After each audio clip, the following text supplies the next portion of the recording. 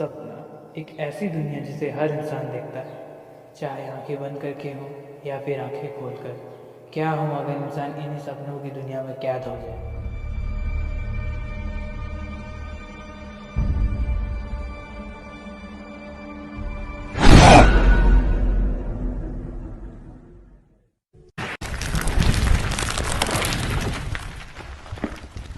अनुज एक हंसता खेलता लड़का जो हर फील्ड पे आगे था, चाहे एकेडमिक्स हो या फिर स्पोर्ट्स में। एक दिन हर दिन की तरह उसकी माँ उसको सुबह उठाने गई, लेकिन उस दिन अनुज उठ नहीं रहा था।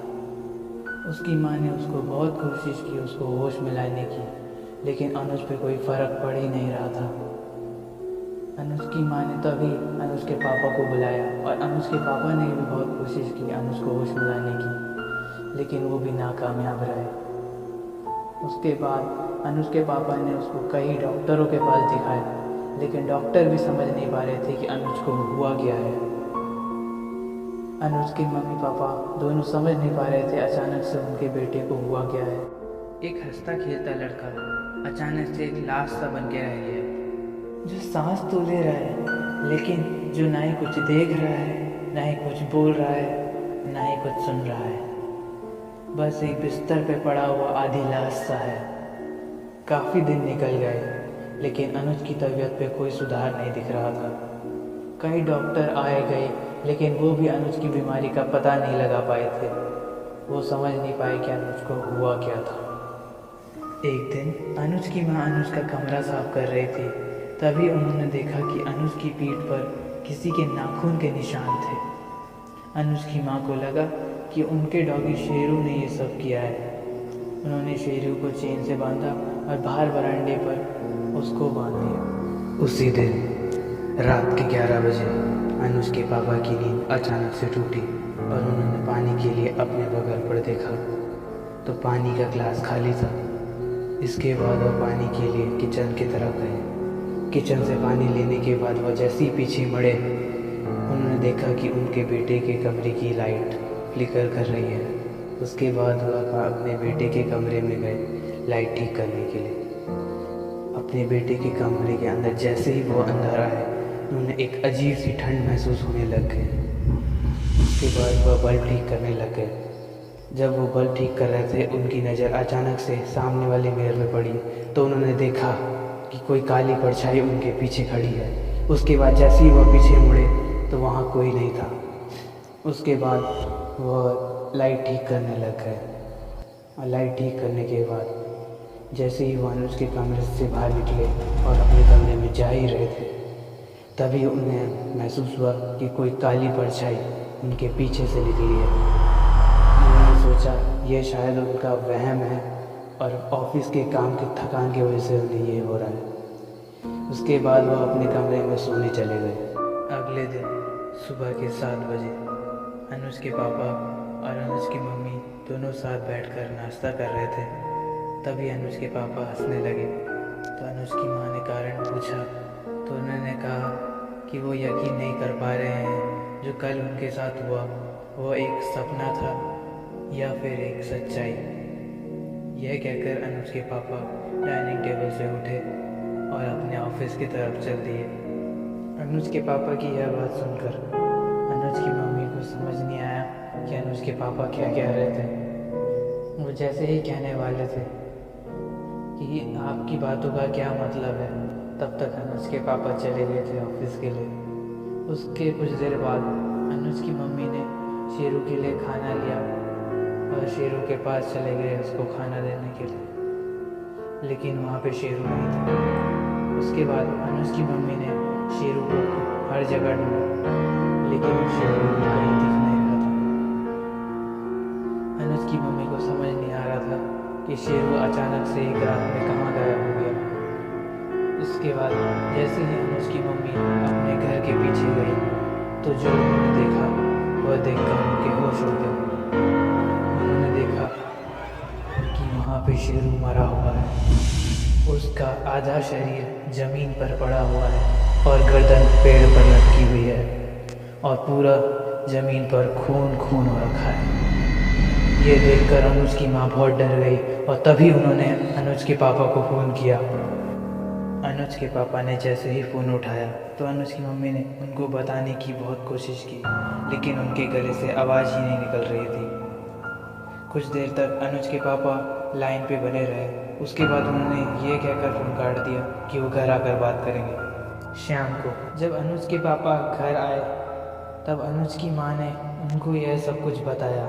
यह सुनकर अनुज के पापा थोड़ी देर के लिए शांत रहे, क्योंकि उन्हें भी कुछ गड़बड़ लग रही थी।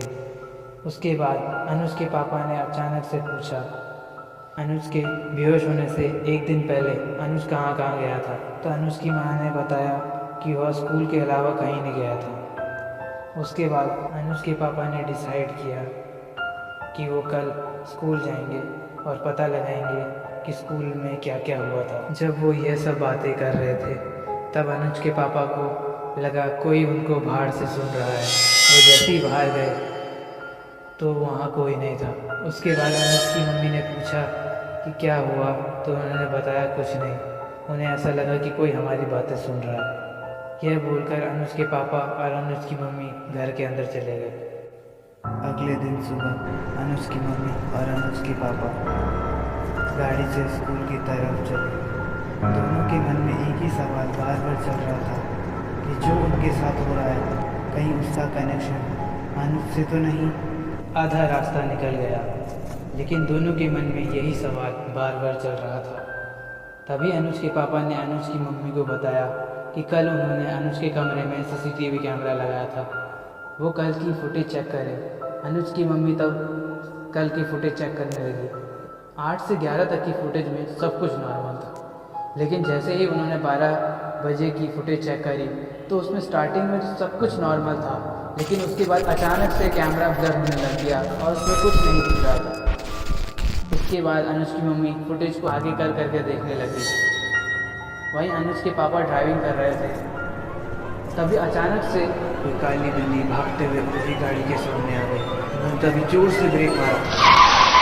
उसके बाद गाड़ी से बाहर उतरे और बाहर उतरकर वो काली बिल्ली को गाड़ी के नीचे देखने लगे, तो वहाँ पर कोई काली बिल्ली नहीं थी। उसके बाद पीछे से अनुज की मम्मी आई और उन्होंने पूछा, उन्होंने अचानक से इतनी ज़ोर से ब्रेक क्यों मारा।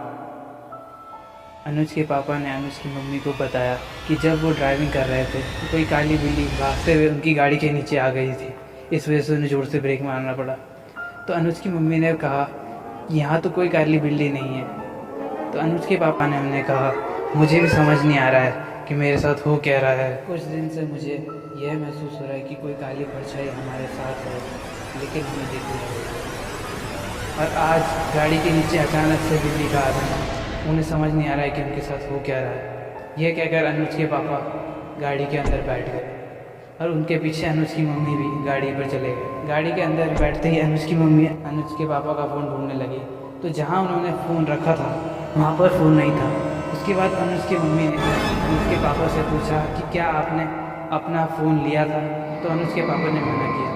उसके बाद अनुज की मम्मी की नज़र गाड़ी की खिड़की के बाहर पड़ी, तो उन्होंने देखा कि अनुज के पापा का फ़ोन बाहर पत्थर पर पड़ा हुआ है और फूटा हुआ है।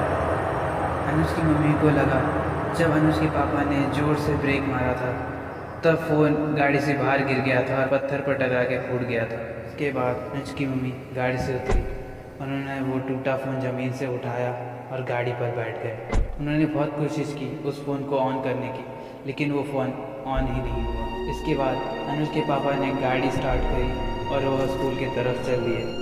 स्कूल पहुंचने के बाद अनुज की मम्मी और अनुज के पापा दोनों स्कूल के प्रिंसिपल सर के पास गए। उन्होंने प्रिंसिपल सर को जो उनके साथ हो रहा है वो सब कुछ बताया। ये सब सुनने के बाद प्रिंसिपल सर ने अनुज की क्लास टीचर श्वेता को बुलाया। श्वेता प्रिंसिपल ऑफिस में आई तो अनुज के पापा ने उनसे उस दिन के बारे में पूछा। श्वेता ने जो उनको बताया वो सुनकर वो हैरान हो गए। श्वेता ने उन्हें बताया कि उस दिन अनुज स्कूल आया ही नहीं था, उसके साथ 5 बच्चे और थे जो स्कूल नहीं आए थे। उसके बाद अनुज की मम्मी ने उनसे पूछा कि क्या आज वो 5 बच्चे स्कूल में आए हैं। श्वेता ने उनको बताया कि आज उन 5 में से 3 ही बच्चे स्कूल में आए हैं। तब प्रिंसिपल सर ने उन तीनों बच्चों को क्लास से प्रिंसिपल ऑफिस में बुलाया। जैसे ही वो प्रिंसिपल ऑफिस में आए, उन तीनों से अनुज के बारे में पूछा गया तो उनको भी अनुज के बारे में कुछ नहीं पता था। पहले लड़के ने ये बताया कि वो उस दिन बीमार था, दूसरे लड़के ने उन्हें ये बताया उस दिन वो अपने पापा के साथ बाहर था, और तीसरे ने उन्हें यह बताया कि उस दिन उसकी बहन की सगाई थी। प्रिंसिपल ने कंफर्म करने के लिए उन तीनों के घर में फ़ोन किया। उनके पेरेंट्स ने भी यही बताया जो उनके बच्चों ने बताया। उसके बाद प्रिंसिपल सर ने उन तीनों बच्चों को उनकी क्लास में भेज दिया, और अनुज की क्लास टीचर श्वेता को भी उनकी क्लास में भेज दिया। अनुज के मम्मी पापा ने उन दो बच्चों का घर का पता लिया, और उसके बाद वो भी स्कूल से चले गए। 1 घंटे बाद अनुज की क्लास टीचर क्लास 8th में पढ़ा रही थी। तभी स्कूल के वार्डन आए और उन्होंने कहा कि प्रिंसिपल सर आपको स्टोर रूम में बुला रहे हैं। ये कहकर वो उनकी क्लास से चले गया। उसके बाद अनुज की class teacher Shweta store room में गई।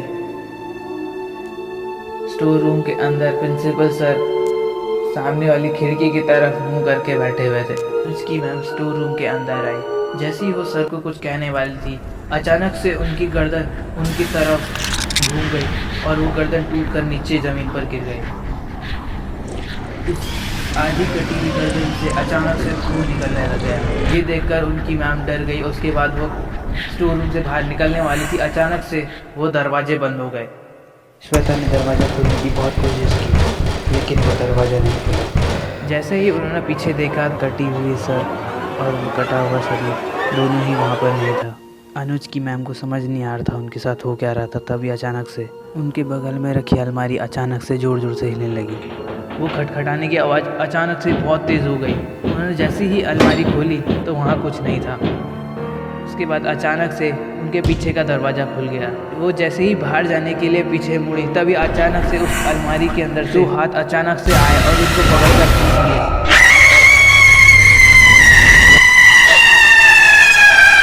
और वो अलमारी अचानक से बंद हो गई। और दूसरी तरफ अनुज के मम्मी पापा उन 2 बच्चों में से एक के घर गए, तो वहाँ पे भी उन्हें कुछ पता नहीं चला। उसे भी अनुज के बारे में कुछ नहीं पता था। अंधेरा बहुत हो चुका था। उसके बाद दोनों ने डिसाइड किया कि कल वो आखिरी बच्चे के पास जाएंगे। यह कहकर वो गाड़ी में बैठ गए और अपने घर की तरफ चले गए। घर पहुंचने के बाद अनुज की मम्मी गाड़ी से उतरी।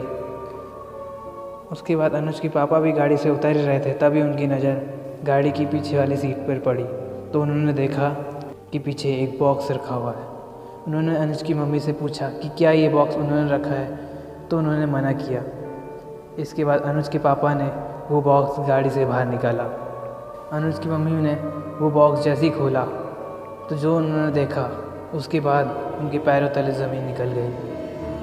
उन्होंने देखा कि उस बॉक्स के अंदर उस 5वें बच्चे का कटा हुआ सर है।